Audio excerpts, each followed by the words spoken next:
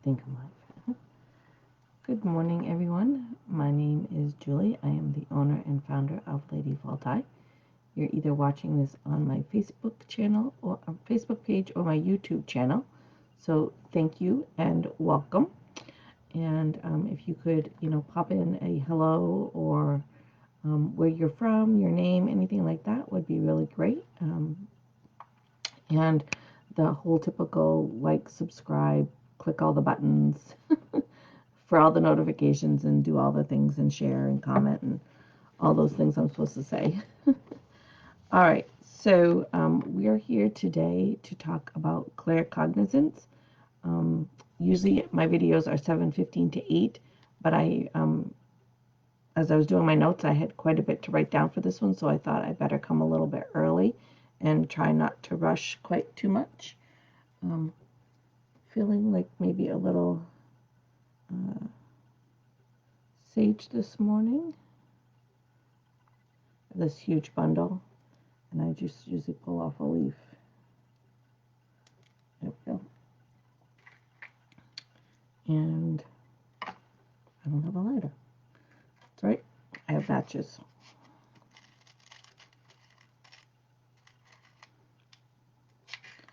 Somehow my lighter has disappeared.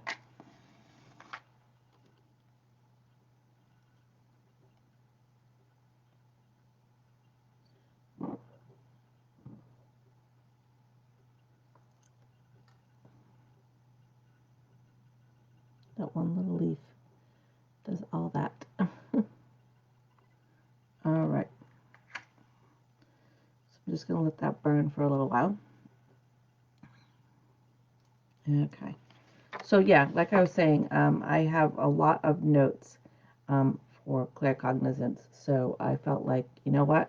I better start early, and if I don't take up the whole time and I end early, then that's fine, but I didn't want to rush through it because I do have a lot of notes. So claircognizance, let's start right out with what is it? And that is a clear knowing or a clear awareness. Like I've talked about before, all of these clairs can be difficult to identify sometimes. And we've all second-guessed ourselves a lot on that little leaf is really smudging it up this one. That little leaf, yep, start again. So we've all second-guessed our clairs, and this is one that is even, I think, a little bit more difficult. I probably say that with every single one of these, but this one I think is difficult because it's hard to explain to people. If you're clairvoyant and you see something and you can just, and people either believe you or they don't. But if you say, well, I saw this, in my mind's eye, or I saw a vision, or I saw, this, or I heard this, or whatever, people are a little bit more understanding with that than the claircognizance.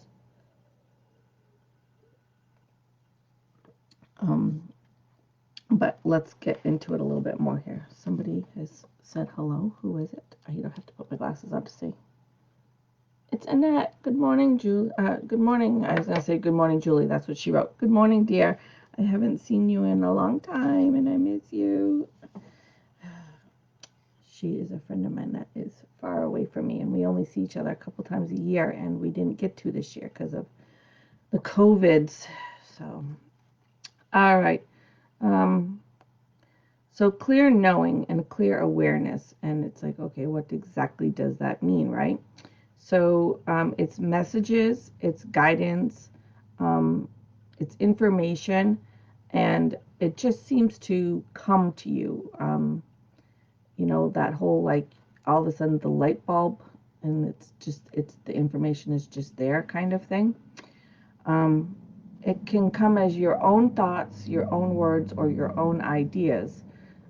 So that's where it gets a little tricky, because it's not like, you're not hearing it in your head as a voice, or you're not seeing it in a vision.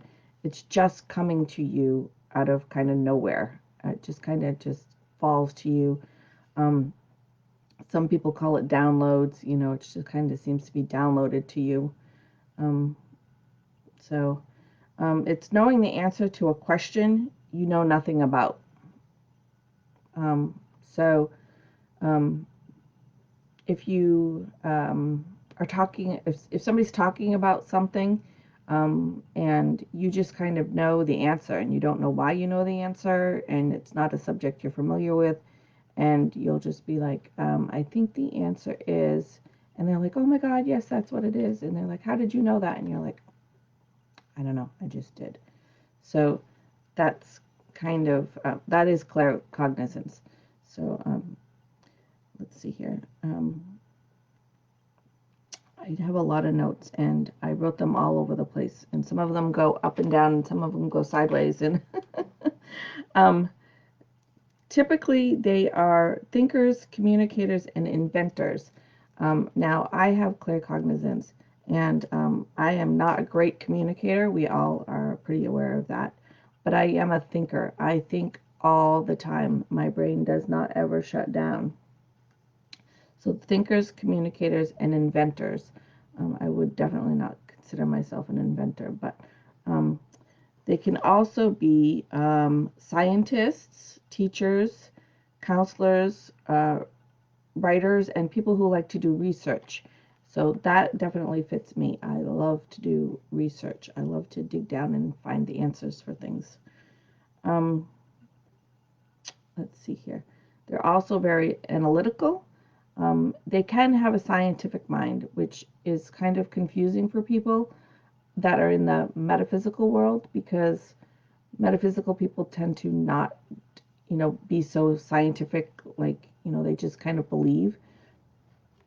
And somebody with claircognizance could be a person with a scientific mind and not necessarily believe in the metaphysicals, in the claircognizance. But we've talked about that in some of the other things as well. I think a lot of people have these gifts and they just aren't aware of what they are. And so they don't really understand and they don't really know what it is. So they just write it off as weird coincidences or weird happenings or, things like that. So, because like I said, most people if they're like, oh, I saw my grandmother who passed away, they kind of know that, that's a thing. But all these other things of clear scent and the clear tastes and, the intuition and stuff, I don't think people are aware as much of that. And I think people just don't realize that they have it and they just kind of write it off as things, as other things or weird things, or who knows what they write it off for. Too much coffee. Let's see here. I've jumped around on my notes. So claircognizance is a flash of clarity. When you know, right, so yeah, again, I apologize because my notes are a mess. So, and it's a, claircognizance can be just you're supposed to do something and you don't know why. So for me, that's I just know this morning I was supposed to smudge. I don't know why. I was just sitting here and I just knew I was supposed to smudge this morning. And typically I don't smudge before, these videos. I will smudge on Monday morning videos, but I don't always smudge here. And so this morning I just knew I did. There was another time I was smudging and I was like, okay, that's good, I'm done. And then all of a sudden it was just like, nope, you're not. You've got to smudge some more. So, so part of it is it doesn't have to be really big things. It's not always life-changing information that's coming to you. It's not always like death, life or death situations that are going to be messages that are going to come to you. For me, it's a lot of just little everyday normal things that come to me. So that's one of the things I do want to say is these things don't have to be all you know, it's up to you to save somebody's life kind of situation things. Um, for me, it's not like that. It may be for other people. I'm not sure. I can only speak to my own experiences. But for me, it's usually more just everyday little things, and not like, oh, you have to go do this, or Johnny's going to fall in a well kind of thing, you know. It's just more typical, normal day-to-day life. Like, I just know I need to do this, or I just know I need to do that. Even with videos, like I've planned out videos, and then all of a sudden, like 2 days before, or even it's been sometimes the night before, it's like, that's not what you're supposed to talk about. You need to talk about this. And I'm like, okay, let me get working on that. um, so just knowing that you're supposed to do something, or be somewhere, um, you know, sometimes you just get that, like, I just need to go over there for a second. I'm not quite sure why, but I need to go over there for a second. And it's really weird, you know, sometimes the things that come to you, and again, I can see where people would totally write it off and just be like, that was just a weird random thought. Um, but those weird random thoughts are your intuition, and it is claircognizance, and it is coming to you for a reason. And again, pay attention. That's one of the things I can't really say enough, is pay attention. When those things happen, pay attention. Pay attention where you are, pay attention what you're doing, pay attention if you're touching something, even if it's not claircognizance, you know, whatever it is that's coming to you, you know, like, pay attention. If it's a smell, if it's a taste, if it's a vision, if you heard something, you know, if you just seem to know something, whatever it is that's coming to you, if it's an emotion, again, because, you know, there's a lot of the different clairs. If something is coming to you, pay attention to it, and pay attention to where you are in your surroundings. Even the little things, like, did you just pick up something? Did you just touch something? You know, and really, you know, dig down into what's coming and why it's coming, and maybe what is triggering it, or, you know, claircognizance will just come out of nowhere. It doesn't seem to have any real reason or rhyme for me. It doesn't seem to matter if it's a place or a person, or, you know, a subject or anything like that. It's just, something will just come to me, and I'm like, okay. And when it first, you know, well, and I've had this forever, but, you know, we always like just blow it off. Like, that was a weird random thought. Like, that came out of nowhere. I don't know why I thought that, things like that. But when the more you trust it, and the more you follow through, and the more you do it, the easier it gets. And then I usually find that there's usually some sort of answer or insight to why I'm supposed to do what I did, or go where I did, or say what I said, or talk about whatever we're talking about, or whatever. So there's usually a reason for it. But again, it's not always big or life changing, or like saving someone's life kind of thing. Can be just small everyday things. I wrote down, your mind is like your own little personal computer, and with Wi-Fi and Google. And that's how my brain is. My brain never, ever, ever, ever shuts off. I have a very hard time sleeping because my brain doesn't shut off. I have a very hard time meditating because my brain doesn't shut off. Um, so if that is you, you know, that could be a sign that you are claircognizant, and you just haven't really paid attention to that part of you yet. So that's one way of maybe you know, knowing to pay attention to it. I can't even write. Oh my. So again, it's not. I just want to write this. Write this. Gosh, like I'm telling you, my notes are everywhere, and I'm going to be a mess today. It's not hearing. It's not seeing. It's not smelling. It's not tasting. It's not emotions. There's no sense involved. So it's not, you know, any of those, which the other clairs are. This is just knowing, and you don't know why you know. It's not a voice. It's not a vision. It's, you know, not anything like that. It just basically is like somebody took a memory chip and plugged it in, and poof, there you have the answer there now. So like I said, it's like a own little computer with Wi-Fi and Google, and Google is constantly on a search in my head all the time. Let's see here, what else have I got? All right.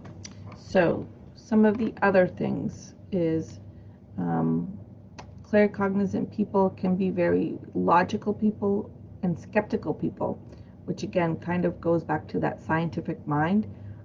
So even though they're actually getting a spiritual gift, using a gift, a guided gift, a lot of times they'll be very skeptical. I am not a scientific mind. I am not a skeptic, but I do consider myself to be a pretty logical thinker.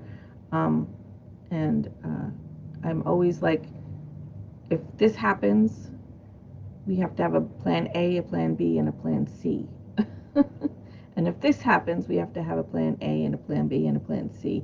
And if both of these don't happen, we have to have a plan for that. So my mind is always very logical of, what could come. And I think I drive people crazy at work because they're like, we're going to put out this email. And I'm like, okay, what if we get a response for this? What if we get a response for this? What if we get a response for this? And they're like, so, but I always want to know all the steps for everything. So I'm not sure if that really falls under logic or, to me, I've always considered it just more practical. I think, but I guess it depends on how you want to look at it. But I've always considered myself to be like, I'm not trying to be a pessimist. I'm not trying to be an optimist. I'm just trying to be very practical of what could happen and have all the answers before it does. Claircognizance people don't tend to ask for advice. I don't ever ask for advice, really. They don't tend to seek help from other people. I am very bad at that. I almost never ask for help. And at work, they're always like, if you're overloaded and you're stressed, you need to ask for help. And I'm like, nope, it's my job. I got it. I'm doing it. Don't ask for help in any way. So we will tend to do things that are out of our limits just because we don't want to ask for help. But in this aspect, I think they're a little bit talking more about like emotional or supportive help. And again, I don't tend to ask for that either. Let's see. So just trying to make sure I got all my notes here. Yeah, so I wrote down deal and reality. So we kind of covered that already. Analytical, scientific, already covered that. People who are claircognizants can seem to other people to be cold, detached, or unemotional. And I have been told by many people that once they get to know me, they're like, I didn't think you were very nice when I first met you.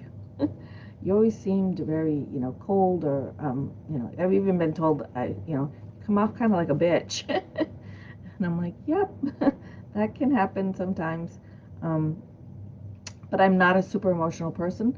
But that also goes back to, my chart. I don't have, in my 3 major signs, are 2 of them are fire. So, and 1 is earth. So I do have water in my chart. But out of my rising, my sun, and my moon, I've got 2 fires and moon. So there's not a lot of water emotional in my chart there anyway. So that plays a part into it as well for me personally. But yeah, claircognizance people don't tend to be the emotional ones. They're a little bit more of a flat line kind of emotion. Like we don't get super happy and we don't tend to get super sad. We just kind of go about on an even scale kind of. let's see here. What have I got left here? Claircognizance people will just kind of know when people are lying or bullshitting them.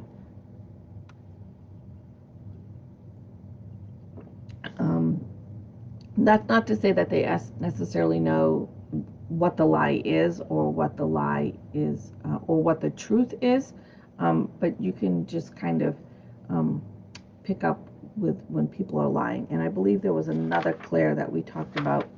I believe it was the empath that was the same that you could, Claire empathy kind of can tell when people are lying too, but that's because they're picking up on the emotion of when people are lying. When people are lying, they tend to, either be feeling guilty or ashamed. Because I think, I try not to lie to anybody ever, but if I do, it's usually to spare somebody's feelings. Like little white lies, like, oh yeah, that's really nice, great job, kind of thing. But I think, there's an emotion attached to lying. So that's when a clear empathy, an empath can tell someone's lying. It's a little bit different than this. This is just kind of like your radar just goes off and like, you're like, that person's full of shit. And that happens to me a lot. I'm like, I don't know what the hell she's saying, but she's full of shit. People can't usually tend to put much over on you. Claircognizance people are not the ones that kind of get scammed or schemed or, people talk them into doing things that they really wouldn't normally do. That doesn't tend to happen too much with claircognizant people. You may know things that you wish not to know. That has happened for me a couple of times. I'm like, I really didn't want to know that about that person. So sometimes that can happen. You can also suspect sometimes people's motives or betrayals. So again, I wrote suspect, but that's really not a good word. But you'll just kind of know. And again, that's all about claircognizance, is you just seem to know. You didn't read it in a book. You didn't see it on TV. You didn't hear about it on the radio. You just seem to, out of nowhere, you just seem to know these things. And again, they don't always have to be super big things, I find for me personally, it's more little things about my own personal life and my day-to-day life than it is about big, major things that are going on. So I think that's really it about that part of the notes. I have more here on another page. That's the stones and the herbs. So before we get over there, I guess I didn't talk as long as I thought I was going to talk about it. But yeah, claircognizance is, again, it's just about just knowing. And again, there's really not like I said, clair taste is, when you're picking up a taste when you haven't eaten anything. And clair scent is when you smell something and there's no apparent reason for the smell. This is just knowing with, again, no reason for you to know it.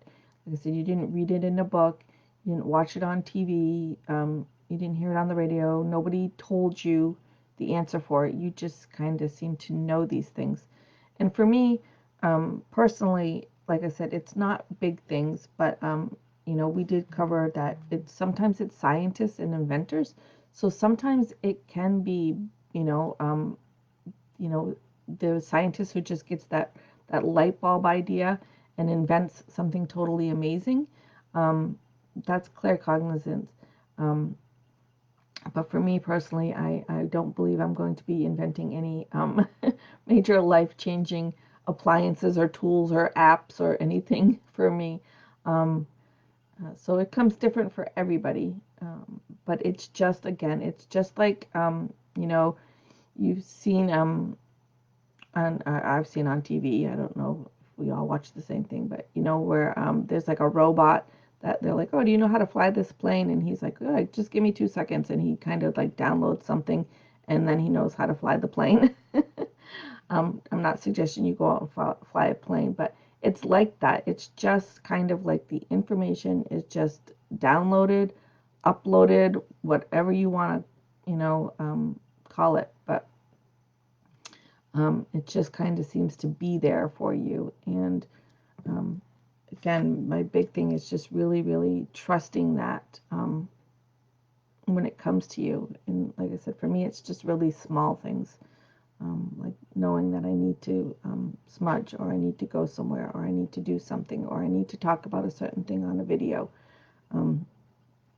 Even when I'm like, okay, this is what I'm going to talk about today, and then all of a sudden it's like, nope, that's not what you need to talk about, because you need to talk about this. So sometimes those things just happen, and I just need to pay attention. Okay, so I have to go to a different page here for my my rest of my notes here, because I had so many notes. But I guess it didn't take me as long to get through them as I thought I would. Sorry, I'm playing with stuff on my desk here. I don't like things when they're not in the spots they're supposed to be. So stones. And so I put them in 2 categories, the stones.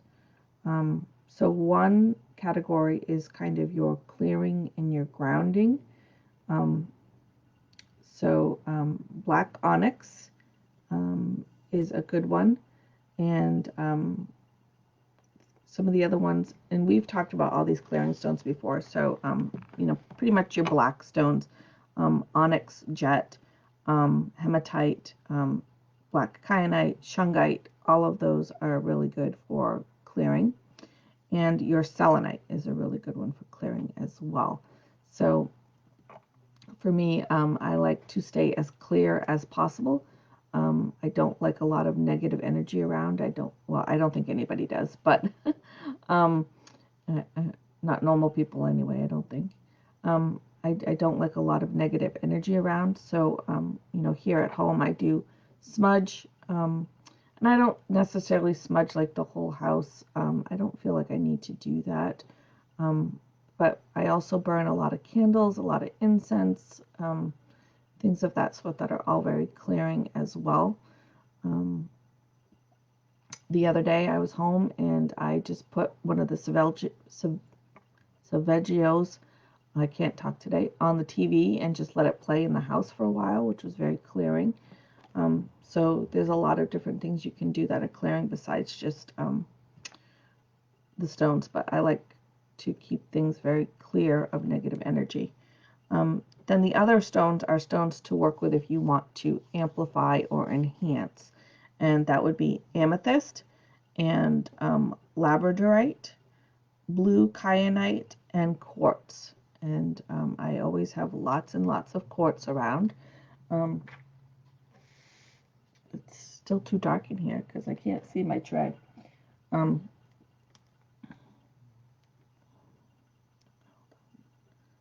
flashlight here. Can't turn right now. I can't see it. Right here. Nope, that's iolite. I don't have my glasses on either, so that doesn't help.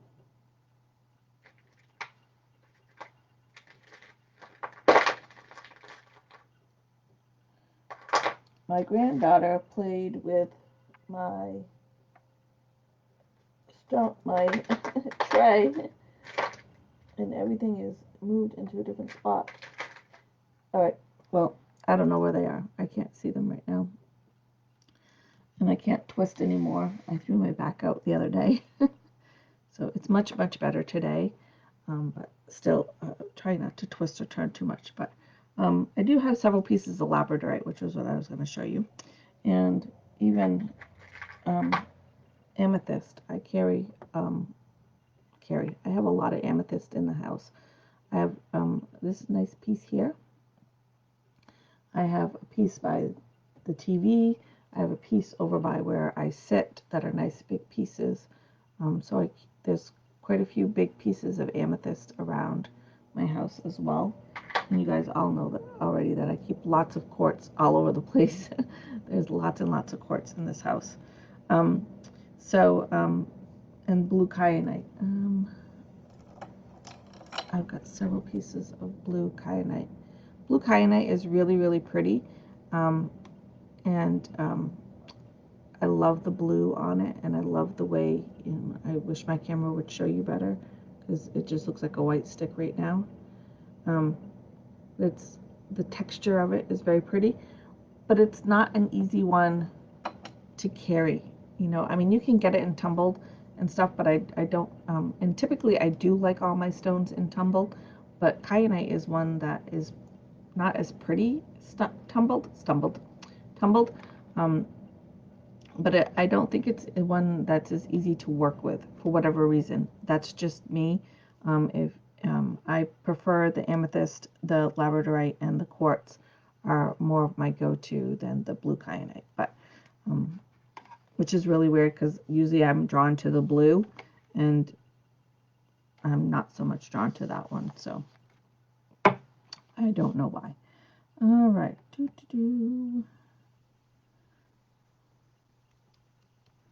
All right. Just in case you're wondering, I did write down that blue kyanite is a transmitter of frequencies. Apparently I felt that was important to write that down at that time.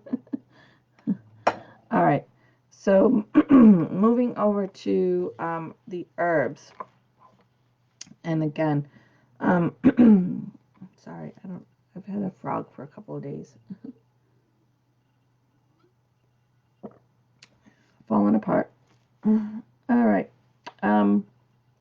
Herbs or essential oils that you may want to be working with. A lot of them are going to be clearing again, and calming, but there are some other ones in here that we'll go over as well. So for calming, you can use some lavender, some chamomile, and some blue lotus. And the reason I recommend some calming ones is because of my own personal experiences on this, of the brain constantly running. It's like a data search that never ends, and it can get very tiring. Like I said, I have a very hard time shutting my mind off to sleep. And just unwind and relax and be calm. And I, recently had this major discovery, which is really not that major, but that there's a difference between resting and relaxing. And even though I often rest, I was really not relaxing. So for me personally, I need to find some things that are going to help calm my mind, calm me down, and actually help me relax and not just rest. Again, lavender, chamomile, and blue lotus are all really good for helping you calm down, stay calm. And for me personally, it's not like, I'm not like a person that's, like I said, we're not super emotional. We don't like wear our emotions on our sleeves. A lot of times, even when I'm very stressed or very anxious, you would never know that, because I'm not like that kind of person. Even when I get excited about something, I'm not like the person to get like giggly or excited or bubbly or anything like that. My emotion stays pretty flat there. So a lot of times people are like, I don't know what she's thinking or what she's feeling. And that's where people can kind of say, well, she seems kind of unemotional or kind of cold. But we have all the feelings. We just don't wear them right out on our sleeves. Yeah, where I was going with that is to rest and relax and to be calm. So we need that, and we need that self-care. So again, I know I'm repeating myself here today. Lavender, chamomile, and blue lotus. I did want to mention blue lotus. If you're working with blue lotus, because we've talked about like you can use this with burning them, essential oils, or some of them in teas. And I just want to mention here with blue lotus, you might not want to use it as a tea form. I'm not sure if it's got any. Always check your herbs before you use it in tea form. I'll say that because I'm not. Some of them should not be ingested, but I did want to mention that blue lotus does have a psychoactive effect. So if you are somebody who likes to smoke your herbs, or if you're somebody who likes to have your herbs in a tea form, just be aware of that. But always check. I've never used blue lotus as a tea, so you might want to just check and make sure that it is okay to ingest it. The next one I want to talk about is mugwort. And mugwort is for protection and clearing and softening. So mugwort has kind of been my herb of choice lately. And I have been drinking this as a tea. And but you just need a very, very little amount. I will tell you that you don't need very much of it to make a tea. Usually when I get my tea bags out, because I have like the empty tea bags, and I fill them myself with the different herbs and stuff. The first time I made myself mugwort tea, I made it a little too strong. It was a little too soft. I was like, oh, it's kind of nice, but I don't really, don't really recommend that you get unless you're going to bed. But it is protective and clearing, and it is going to soften you. So again, it's that relaxing and trying to calm down and trying to just shut your brain down a little bit. And I'm not trying to I'm not trying to shut my gift down or anything like that. I now that I work with it quite often, I really kind of always like, oh, what's going to come next? But the part of my brain that does not ever shut down, that's the part that I want to calm down and soften, especially at nighttime if I want to go to bed. So I have been having, every once in a while, I have a little bit of mugwort tea before I go to bed. Some of the other herbs herbs or essential oils you can work with is frankincense, and that's for focus, but it's also clearing. So some of these are good, for multi-purpose. Rosemary is going to amplify. So if you're trying to amplify, you could be working with some amethyst and some rosemary, and that's going to help you. Peppermint is clearing as well. Yeah, clear your mind. So peppermint can help clear your mind. And cedarwood is a nice one to relax, and I don't even know what I wrote.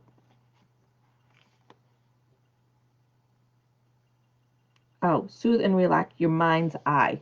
So your third eye. So I don't know if that's one I would personally work with because I don't want to quiet my third eye. I want to quiet my mind. So cedarwood is a lovely smell. I like cedarwood because I like all the earthy tree smells, but I don't think I want to quiet my third eye, my mind's eye. I want to quiet my actual mind. But yeah, that's pretty much what I had for today. And yeah, I thought I was going to go over, but did not, so that's okay. So I will see you guys all back here tomorrow for full moon. Again, just want to say that we're not doing ritual. Excuse me. We're going to talk about the astrology around the full moon. And we are going to do a little craft. And then if we have time, I will go over a very simple ritual that you can do on your own. We won't be doing it during the video. There's lots of videos out there that cover rituals, um, full moon rituals, full moon ceremonies, all of those things. And I don't really feel like I need to compete with that because there's some really good ones out there. And I don't typically like to hop on those because most of them, or not, I shouldn't say most of them, but a lot of them are very long, and there's a lot of talking that goes on during the ritual, and I find it very hard for me if I want to perform ritual. I don't want all, learning and education is great. I love it. It's, one of the things I strive for is to always learn more things and understand more things. And but if I'm performing a ritual, I like to be in the ritual, and I don't like talking and a lot of things going on and whatnot. And there's probably lots of people out there that do those videos that are more just the actual ritual that I haven't stumbled across. Um, but for me personally, if I'm going to do my ritual, I like to just do it and be done. I don't want to spend 2 hours to do a full moon ritual. Um, I am very good with taking about 10 minutes, and and again, um, that's me personally, and again, that's because my mind doesn't shut down for long enough for me to really do a long thing. Um, but anyway, where I'm going with all that is I'm just going to go over a very short ritual you can do at home. So if you're someone who is like me and doesn't want to spend 2 hours watching a video to do a full moon ritual, um, I will walk you through a quick, probably 10 or 15-minute ritual you can do by yourself, or you can make it a lot longer if you choose. Um, but I will go over just the quick steps of, not the quick, I will go over quickly the steps that you can do to do your own little ritual at home if that's what you so choose to do. And I think I cover um, stones you can work with, and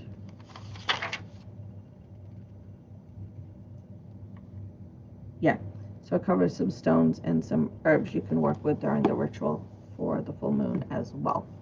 So I will see you guys all back here tomorrow morning at 7:15, and I hope you have a really great day.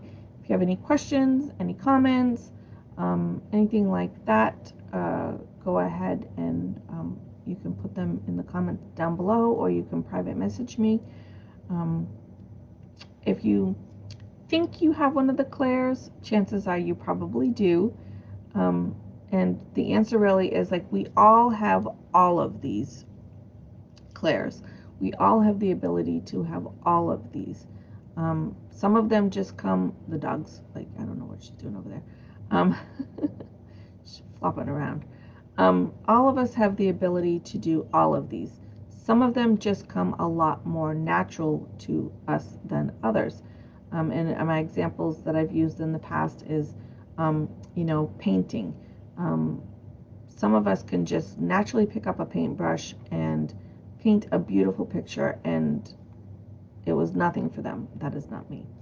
Other people can pick up a paintbrush and practice and practice and practice and get really good at it.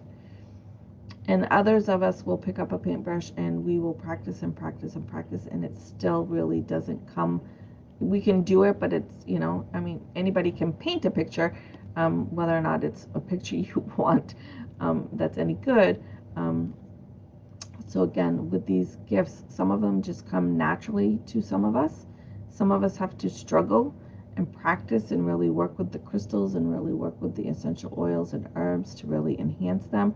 And other people will work and work and work and may really not, get the effects that they're looking for. And sometimes I think that's because maybe we're focusing on the wrong area. When I first started learning about metaphysical stuff and things, and I think I've told you guys the story before, but all kinds of people were like, oh, you're an empath, you're an empath, you're an empath. And I was like, at first I was like super excited. I'm like, oh, I'm something special. I have something. And then as I learned and, got more information on it, I was like, okay, well, I'm definitely not an empath. That's for sure. And I realized that it's really not a big special gift, that we can all have them. We just need to tap into them, so to speak, and trust them. And like I said, I think a lot of people have them, and I think a lot of people even use them, and don't even realize that that's what they're doing, and that's okay. But if you are somebody who is watching this video and you're aware of the metaphysical world and the metaphysical gifts, um, and you want to tap into yours, these videos are informational, hopefully, for you to help you um, at least get started on the right path of what your gift may be. And then you can continue your education and your research on your own from there.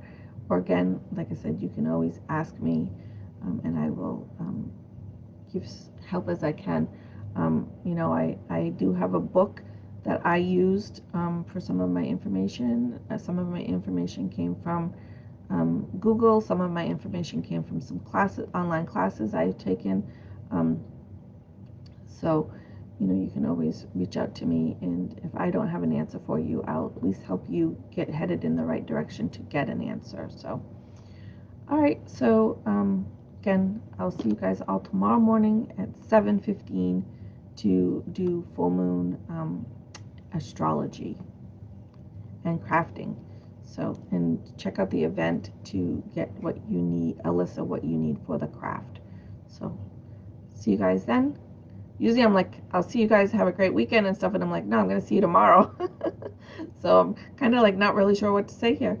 But yeah, thanks guys. And always, as always, remember to be kind. Your kindness is not only going to improve your day, it's going to improve somebody else's day. And it could potentially change somebody's life for the better. And it doesn't cost us anything. So spread kindness and love, guys. Love you. Bye.